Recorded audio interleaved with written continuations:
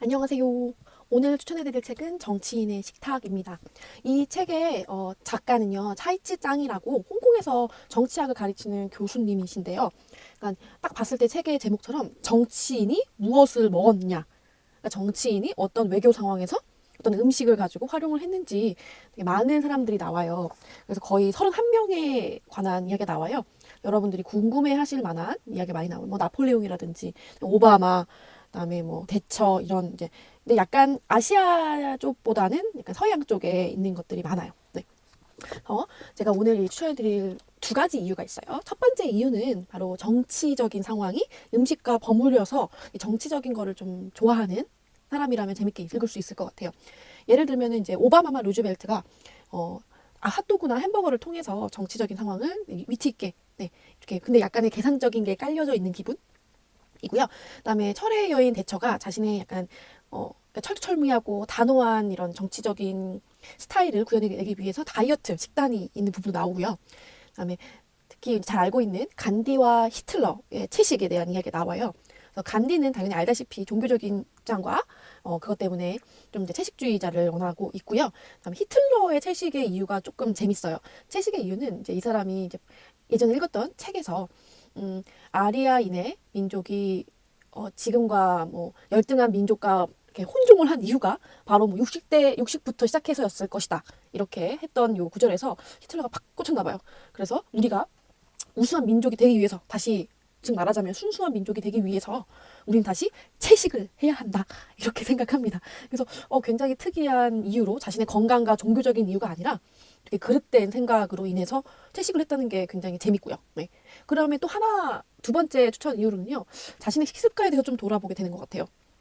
내가 왜 이 음식을 먹었는가, 내 음식을 왜 이 사람과 먹는가에 대해서 고민이 솔직히 많이 없을 것 같은데 이 책을 보면 내가 정말 고민 없이 음식을 먹었구나 이런 생각이 좀 들면서 좀 반성하게 되는 계기가 되는 것 같습니다.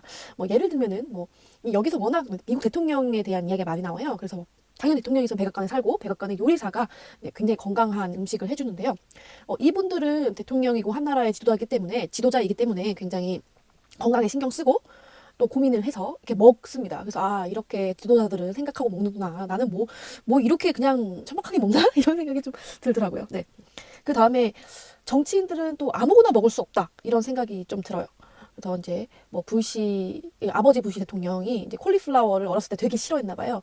그런데 이제 그거를 이제 자기는 안 먹겠다라고 했더니 이제 그게 약간 지도자가 안 먹겠다라고 하니까 사람들이 그걸 따라할 수 있잖아요. 그래서 콜리플라워를 이제 기르는 농부들이 막 항의를 하고 막 이런 경우도 많았습니다.